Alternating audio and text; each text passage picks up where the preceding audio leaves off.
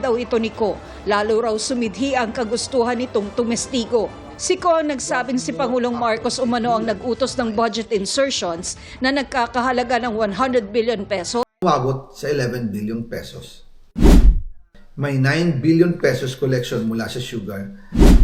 Ang kita mula sa importasyon ng sibuyas na hawak naman ni Martin Araneta. Tinawagan daw siya ni First Lady Lisa Marcos at ipinapatigil ang investigasyon. Sa First Lady Lisa Marcos mismo ang may hawak sa mga rice importers. Dahil pala sa dami ng SOP at remittance na ipinapasa sa bawat transaksyon.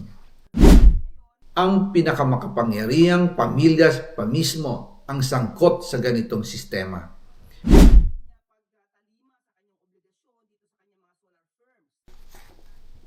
Ngayon naman po, tungkol sa kampanya nitong 2025 elections, nagkwento sa akin si dating Speaker Martin Romualdez. Kinausap daw siya ni PBBM sa Tacloban para tumulong sa gastusin ng mga kandidato mula national hanggang local candidates.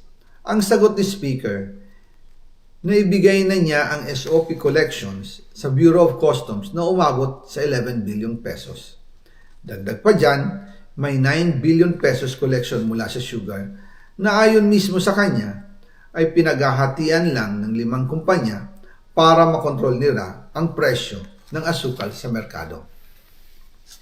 At iba pa ang kita mula sa importasyon ng sibuyas na hawak naman ni Martin Araneta, kapatid ni First Lady Lisa Araneta Marcos.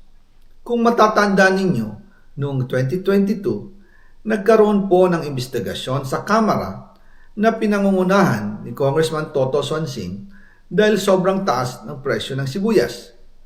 Umabot ng 600 pesos kada kilo. Gayong dapat ay nasa 80 pesos lang. Doon lumabas ang pangalan ni Martin Araneta bilang isa sa mga nasa likod ng kontrol sa importasyon ng sibuyas. Pero hindi po natuloy ang investigasyon. Ang sabi ni Speaker, tinawagan daw siya ni First Lady Lisa Marcos at ipinapatigil ang investigasyon. Kaya walang natuloy at walang naparusahan. Dahil pala, kontrolado ng kapatid ng First Lady ang importasyon ng sibuyas. Ganito rin po ang nangyari sa bigas.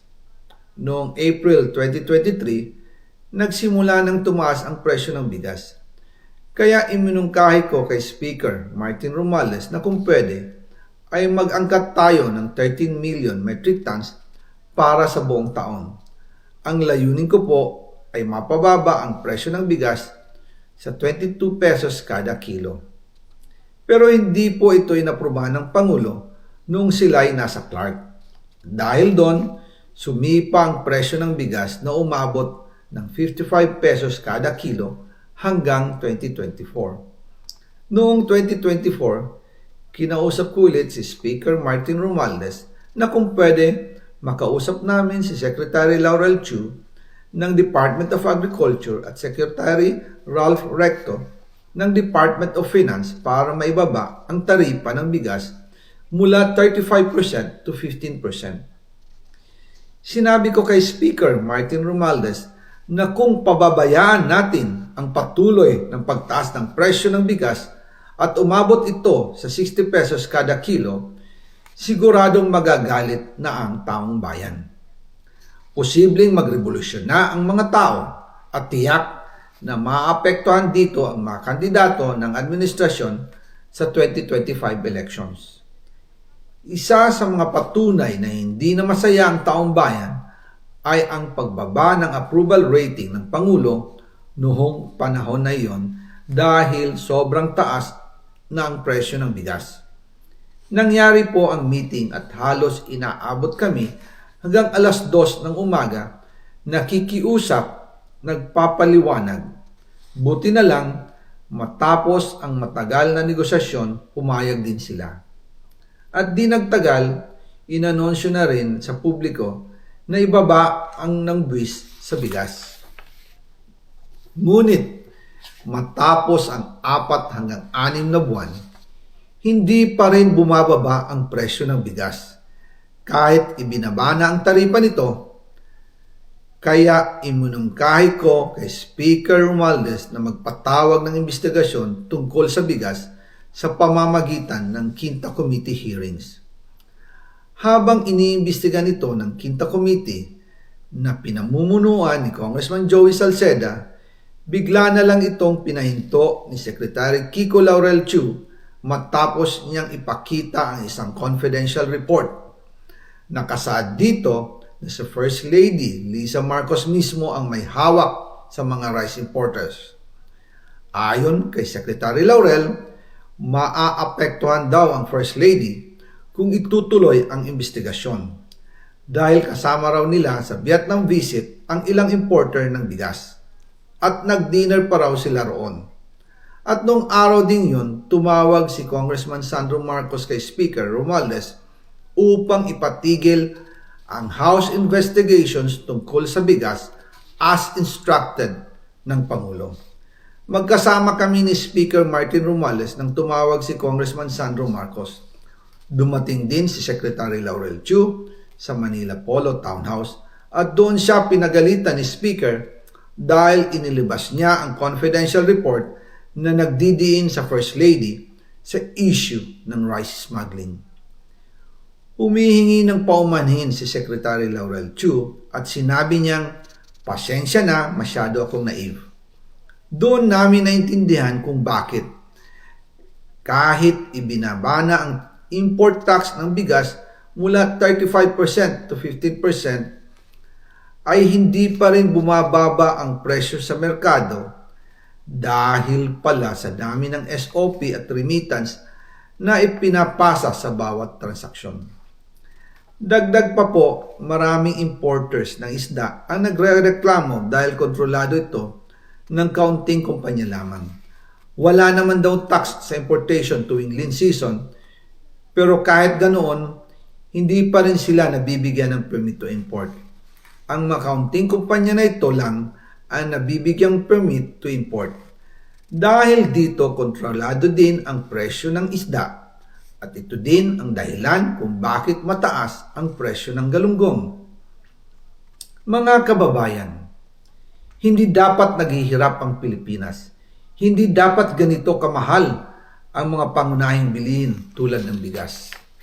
At higit sa lahat, hindi dapat nagugutom ang mga Pilipino. Wala silang malasakit sa taong bayan, lalo na sa mga mahihirap.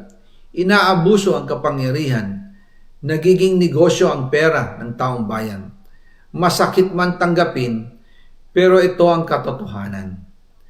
Ang pinakamakapangyarihang pamilya pa mismo ang sangkot sa ganitong sistema. Mula sa Pangulo, First Lady, hanggang sa anak, sila mismo ang nagtatakda, kumukontrol, at nakikinabang sa mga transaksyon dapat sanay para sa kapakanan ng sambayanan. Hawak at kontrolado nila halos lahat ng ahensya, kaya nagagawa nilang itago ang katotohanan. Sa mga susunod na araw, marami pa po akong isisiwalat. Maraming salamat sa inyong oras at patuloy na pag-unawa. Naway, magising tayo sa katotohanan at sama-sama nating hanapin ang hustisya para sa bayan. Diyos mabalos po sa Indogabos. Ang SOP collections sa Bureau of Customs na umabot sa 11 billion pesos. May 9 billion pesos collection mula sa sugar. Ang kita mula sa importasyon ng sibuyas na hawak naman ni Martin Araneta. Tinawagan daw siya ni First Lady Lisa Marcos at ipinapatigil ang investigasyon. Na sa First Lady Lisa Marcos mismo ang may hawak sa mga rice importers. Dahil pala sa dami ng SOP at remittance na ipinapasa sa bawat transaksyon. Ang pinakamakapangyarihang pamilya pa mismo ang sangkot sa ganitong sistema.